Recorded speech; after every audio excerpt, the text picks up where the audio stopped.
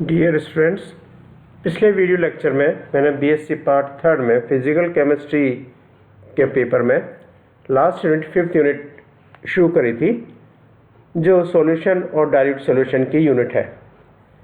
पिछले video lecture में मैंने आपको डेफिनेशन ऑफ सॉल्यूशन और उस सॉल्यूशन के कंस्टिट्यूएंट्स तथा टाइप ऑफ सॉल्यूशंस को बताया था।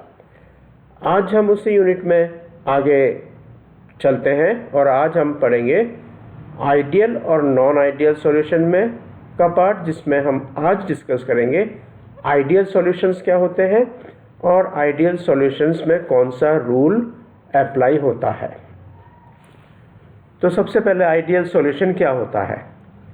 आइडियल सॉल्यूशन का मतलब है, इसकी डेफिनेशन है, आइडियल सॉल्यूशन यानी आदर्श विलयन।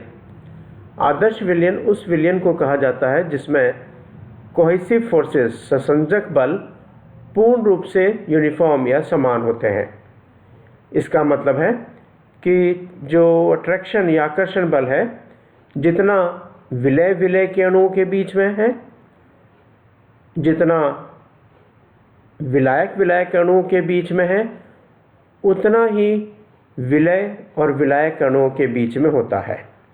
अर्थात विलायक तथा विलायक अणुओं के मध्य अंतरा आणविक आकर्षण बल पूर्णतया समान होते हैं। इन सब का जो हम कह सकते हैं मैग्नीट्यूड या परिमाण जो है वो सेम होता है।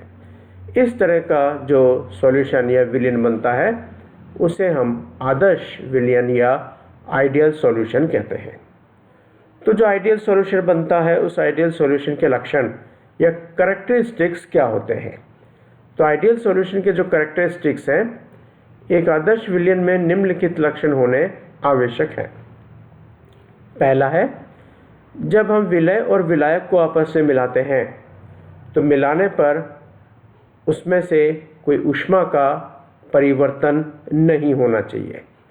तो विलय एवं विलायक को मिलाने पर ऊष्मा परिवर्तन शून्य हो, अर्थात delta H mixing is equal to 0, यानी न तो ऊष्मा का उत्सर्जन हो न ऊष्मा का अवशोषण हो। सेकेंड पॉइंट, विलयन का कुल आयतन विलय तथा विलायक के कुल आयतन के योग के बराबर हो, यानी जो जितना हमने विलय लिया है और जितना विलायक लिया है, दोनों के आयतन को हम जोड़ देंगे तो जो विलयन बनता है उसका टोटल आयतन दोनों के योग के बराबर होना चाहिए।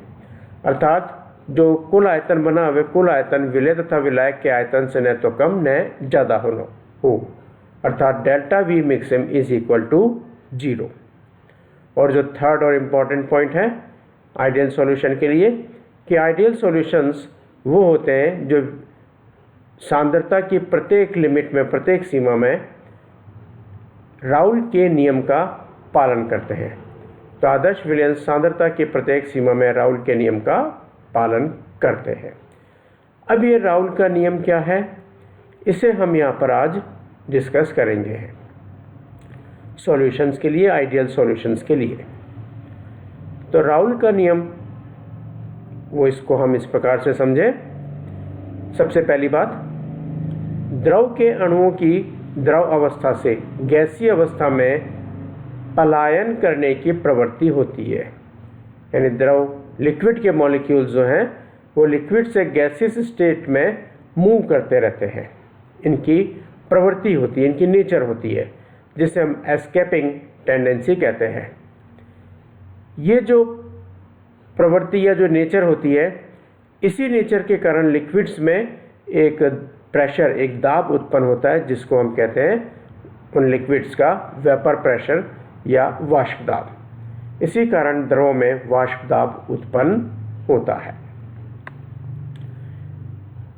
द्रवों के विलयन में यदि दोनों द्रव वाष्पशील होते हैं तो दोनों ही द्रवों के अणुओं के पलायन की प्रवृत्ति होती है।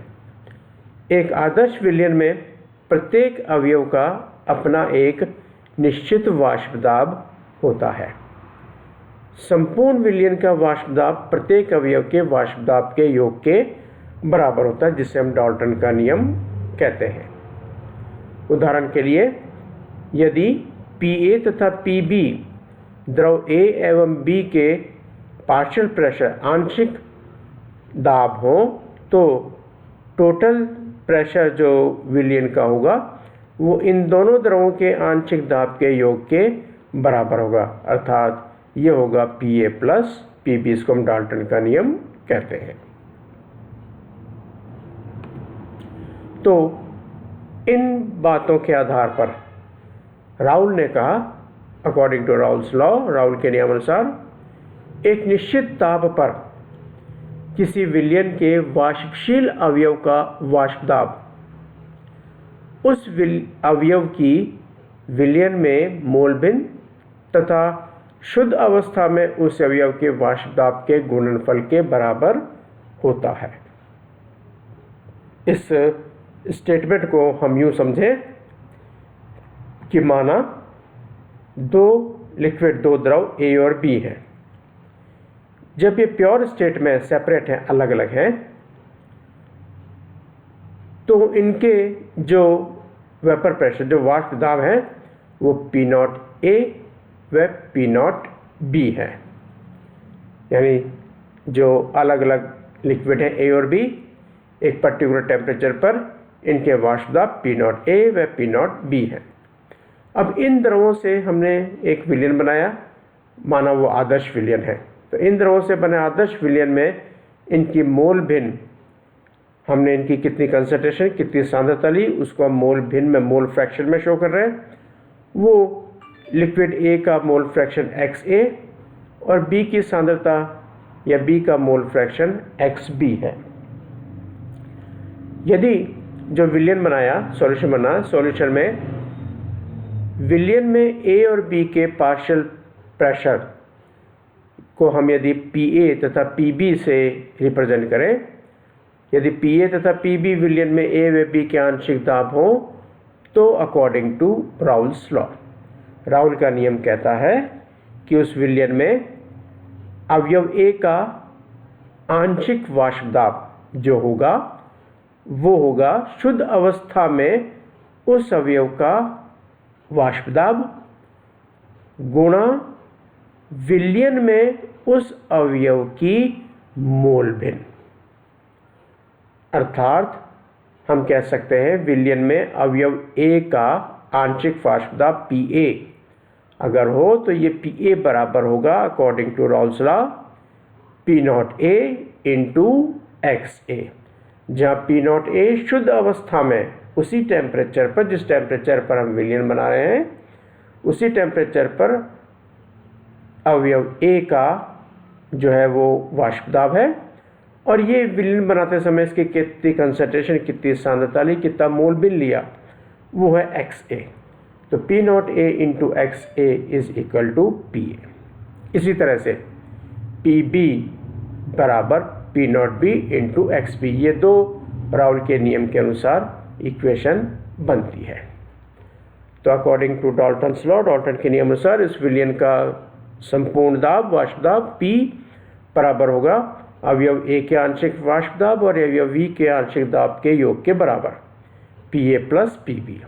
या हम लिख सकते हैं P बराबर, यहाँ से P और Pb की वैल्यू रख दें, तो P0A into XA plus P0B into XB, क्योंकि ये हम जानते हैं कि दोनों अवयवों के मोल भिन्न का योग जो होगा वो बराबर 1 होता है। तो दो अवयव में से किसी एक अवयव की मोल भिन्न ज्ञात हो तो दूसरे की हम निकाल सकते हैं। तो हम क्या करें, इस इक्वेशन को हम एक ही अवयव की मोल भिन्न में कन्वर्ट कर दें, तो हम लिख सकते हैं P बराबर P0A इंटू XA की जगह हम लिख सकते हैं XA निकाला जा सकता है 1 माइनस XB के रूप में। तो P0A into 1 minus XB plus P0B into XB, या हम लिख सकते हैं, इसको हम सॉल्व कर लें तो यह आ जाएगा P0A plus XB into P0B minus P0A। तो इस तरह से अकॉर्डिंग टू राउल्स लॉ ये कुछ इक्वेशंस हमें प्राप्त होती हैं, जहाँ ये इक्वेशन 3rd, 4th और 5th जो है वो एक स्ट्रेट लाइन इक्वेशन को प्रदर्शित करती है। अब हम एक ग्राफ ड्रॉ करें आदर्श विलयनों के लिए। जो ग्राफ होगा वेपर प्रेशर, वाष्प दाब और मोल भिन्न, मोल फ्रैक्शन के बीच में।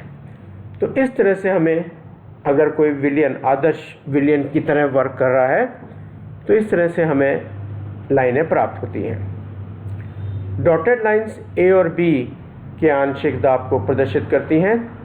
जब X A is equal to 1 तो शुद्ध ए को प्रदर्शित करता है और इस समय P A is equal to P not A, तथा X P is equal to 1 तो वह शुद्ध बी अवयव को प्रदर्शित करता है और P B is equal to P nought B होता है।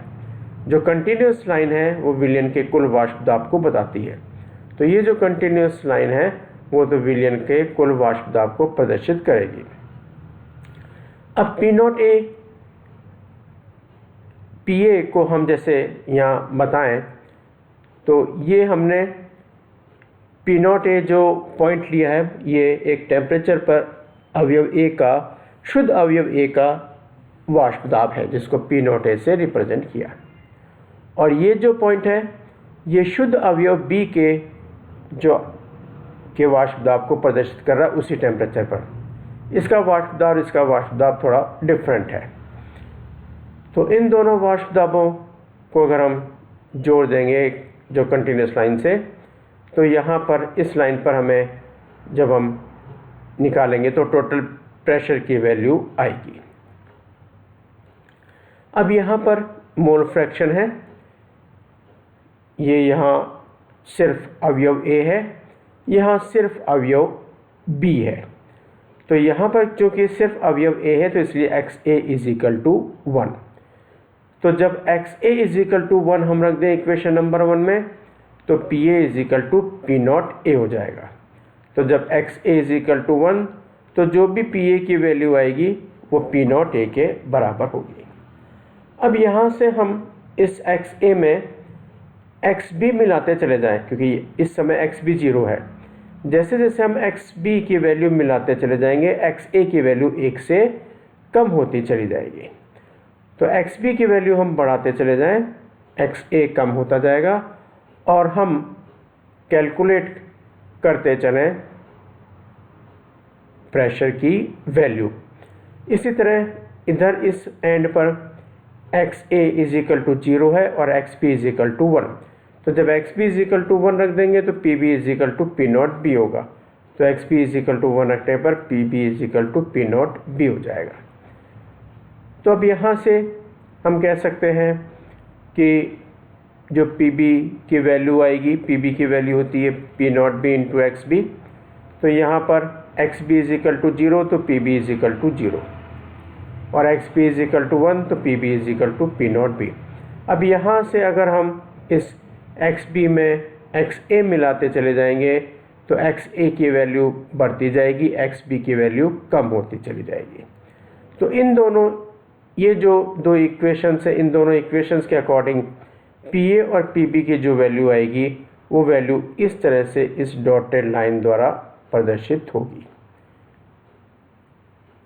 तो जैसे आप इस इक्वेशन में X A is equal to 0 करेंगे तो P A is equal to 0, तो इसका जो लास्ट पॉइंट होगा वो यहाँ पर आकर टच करेगा। इसी तरह से इस इक्वेशन में जब X B is equal to 0 होगा तो P B is equal to 0, तो एक्स बी 0 यहाँ पर है तो ये लाइन यहाँ पर आके टच करेगी।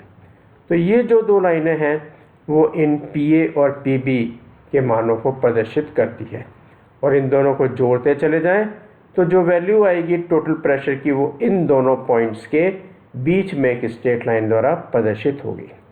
तो अगर इस तरह से व्यवहार विलयनों का प्राप्त होता है तो ऐसे विलयनों को हम आदर्श विलयन कहते हैं और ये राउल के नियम का पालन करते हैं।